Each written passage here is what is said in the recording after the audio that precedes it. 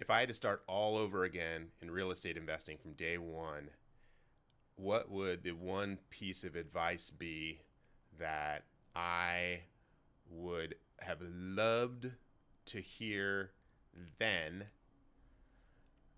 compared to now? What's the one thing, right? Been thinking about that. And I bring this up to my team all the time and to people that I talk about in real estate. And I wanted to elaborate on it a little bit more and talk through it. And when I think what one bit of advice would I have given myself, I would have told myself back then that real estate is a math problem and not a word problem, and really understood what that means. And so let's talk about that. Okay, so real estate as a word problem shows up and has shown up in my past in a lot of different ways. When I have like a emotion or feeling about real estate for a particular reason, let's say it's the house that I raised my kids in, and now we're turning it into a rental, and I have this emotion, I have this tie to this property that is different than just thinking about it as a business and what do the numbers need to look like in order to make it work. The conversations that I have with my wife about that property are a little bit different than with any of the other properties because it's got some sentimental value. There's something that I remember about installing the backsplash and it being my first backsplash job and what it took for me to get that done. And just when I look at it, I go, oh, I remember I installed that. I remember, the mounts that I installed for all the speakers and the speakers that I had to run the wiring and get all that stuff done, and just the pride that I took in that and the feeling that it gave me for being able to do something like that. So here's this property now I'm going to turn into an investment, and everything is offensive, right? Gosh, when the property flooded, 10 years after we moved out, and the flooring that I laid myself was damaged in two of the rooms because it was a pretty decent flood.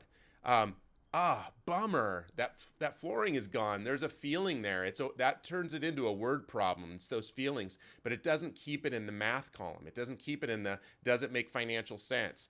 Are we, losing more than we're making on this property this year? What are the things that tie that back into the number problem, the math problem, right? And that's the thing that I would have really told myself back in 2004, before I was really making decisions in real estate, and before I was in real estate full time, that too. But, turn it into a math problem and understanding what are the potential challenges or pitfalls that I'm going to see that tie into math. The first property that I ever bought, there were a few different math challenges on that one. The first challenge was that the HOA on it was very, very, very high. And not knowing that HOAs, at the time, I didn't know enough about HOAs to realize that there's probably not a chance that they're going to be reducing fees anytime soon. More so, they're just going to keep increasing them, right? The nice thing that they did, which made it very attractive to purchase this property, was they subsidized the HOA for 2 years after I purchased it, meaning they rolled in the fees of this HOA. They basically paid for them for 2 years. That means that they could get more on the purchase price because I wasn't having to finance an extra $175 a month at the time, right?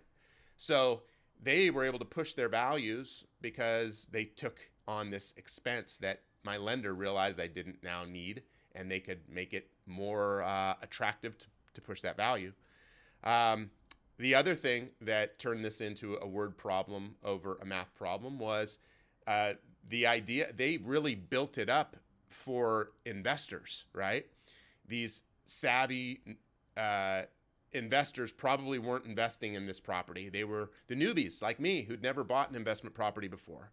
So they made it very, very, very attractive, thinking about, the experience of living there and what that was going to look like, and all these amenities and features and benefits that as an owner, I'm not using any of that stuff. Yes, I want my tenant to be happy, but I shouldn't be paying extra for these things that I'm not going to get any value out of, nor is my tenant unless they choose to. So there were all these extra things that I just didn't really think about. looking at that space now, I want to keep it as clean as possible. I want to make sure that the investments that I'm putting back into that property are not overdoing it for the community, right? I'm not, um, let's say, for example, when we were moving out of our primary residence, I'm thinking about how polished I needed this place and, hey, what upgrades do I need to make this to ensure that the tenant gets just an amazing experience?